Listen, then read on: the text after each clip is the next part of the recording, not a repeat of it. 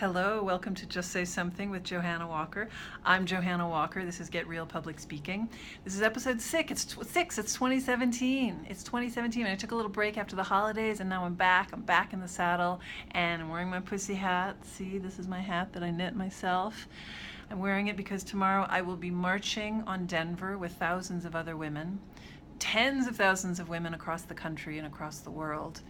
And I want to tell a couple stories right now about why I march. In 1983, I took the bus from Ohio to DC to march on Washington. It was the 20th anniversary of the March for Jobs and Freedom from 1963, at which Martin Luther King gave his I Have a Dream speech. I took the bus and it was thrilling. It was so thrilling to arrive in DC on that day and to show up at the march. My biggest concern was what t-shirt I was going to buy. There were vendors all over the place selling t-shirt, and I wanted to buy a t-shirt, and I couldn't decide which t-shirt to buy.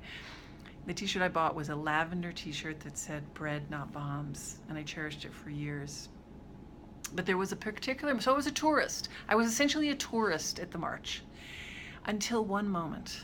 There was a moment when I looked around, and I saw all the people around me, and I recognized that every single person there was one person who showed up.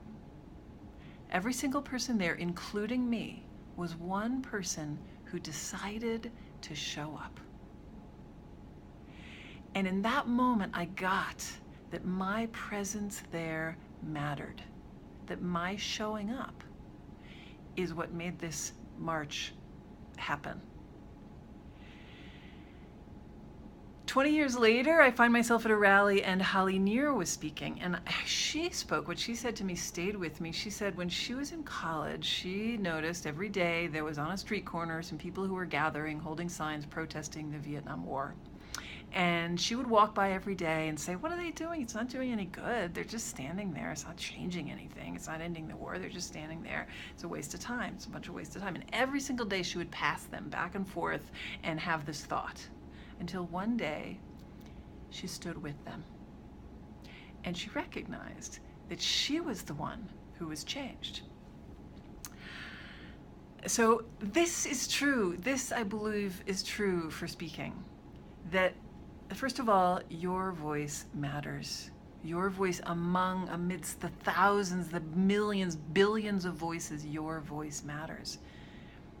It's so easy for us to say, oh, somebody else is saying or said it already. Somebody else, she's already saying it, so I can't say it better than she is. And I don't really know enough or have enough to say, so I'm going to stay quiet. I'm just going to stay quiet and let somebody else do the talking. And I want to say that your voice matters among the millions of voices. Your particular perspective is valuable and matters. And then the second thing is that in speaking, your speaking will change somebody. And your speaking, you will be changed by your speaking. You will be changed. So here we are on this, we're heading into this new era. And who knows what's going to happen in the next 4 years? Who knows how it's all going to unfold? And I don't know. I don't know what my part in the next 4 years is going to be. But I know that I'm a woman. I know that I'm a white woman standing in this particular place in history. I'm aware that I'm sitting in a particular amount of comfort. And my hope, my intention for tomorrow, because I know I'm marching tomorrow, and I know that what really matters is what happens the day after the march, and the day after that, and the day after that.